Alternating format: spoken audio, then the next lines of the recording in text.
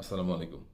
অনেকদিন ধরে দেখছি কি ওই যে বিডিআর বিদ্রোহ এবং বিডিআর হত্যা মামলার বিডিআর এর যে বিদ্রোহ হয়েছিল আপনার সেটাকে নিয়ে বেশ নাড়াচাড়া করা হচ্ছে।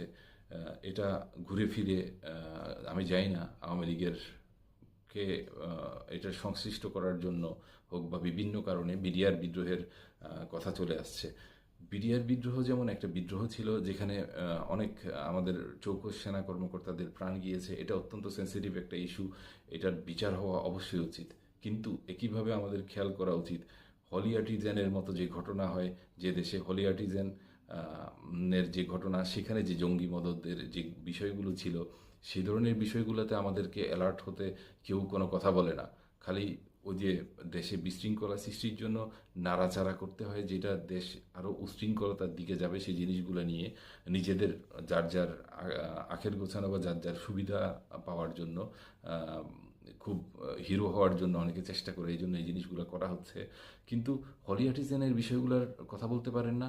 এই যে যখন আন্দোলন চলতেছিল, আন্দোলন চলার সময় যে আপনার জেল ভাঙচুর করে জেলখানা পুরা লোপাট করে নিয়ে যাওয়া হয়েছে, কয়েদি সবগুলোরে বের করে দেওয়া হলো, জেলে আক্রমণ হয়েছে, থানাগুলোতে আক্রমণ হয়েছে, এদের কি বিচার হবে না? এদের পানিশমেন্টের কথা কেউ কিছু বলেন না কেন? খালি বারবার ওই যে আন্দোলনের সময় কিছু আমরা এখনো নির্দিষ্ট করে শিওর না, যদিও গোয়েন্দা সংস্থারা খুব ভালো করেই জানে কোথা থেকে ফিনান্স হয়েছে, কিভাবে কি হয়েছে, সব কিন্তু দেশের উচ্চ মহলে খুব ভালো করে জানা। জানা সত্ত্বেও যে আমাদের সাধারণ পাবলিকের কাছে চোখে ধুলা দেওয়ার জন্য অনেক কিছু বলা হচ্ছে, এগুলো বলে বেশি দিন লাভ হবে না। তো সবাই সত্য জানতে পারবে, সত্য কখনো ধামাচাপা দেয়া যাবে না।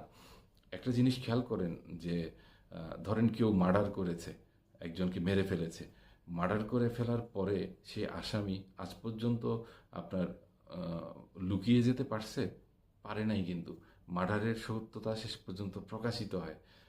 এটা আল্লাহ আছে না, আল্লাহ কেউকে ছাড় দেন না এই ব্যাপারে। এই মার্ডার কতভাবে মার্ডার করে দেখবেন, হাত কেটে ফেলে, গলা কেটে ফেলে, বিভিন্ন জায়গায় ফেলে, কত জায়গায় কত অংশ ফেলে, কিন্তু শেষ পর্যন্ত সব জিনিসও পাওয়া যায় এবং কে মার্ডার করেছে সেটাও শিওর হওয়া যায়। বুঝেন না কেন? সত্য কখনো চাপা দেওয়া যায় না। আল্লাহ সুবহানাহু ওয়া তাআলা আছেন তো একজন, উনি কখনো আপনার সত্যকে সত্যই তুলে আনবেই, মিথ্যা দিয়ে সত্যকে কখনো চেপে রাখা যায় না।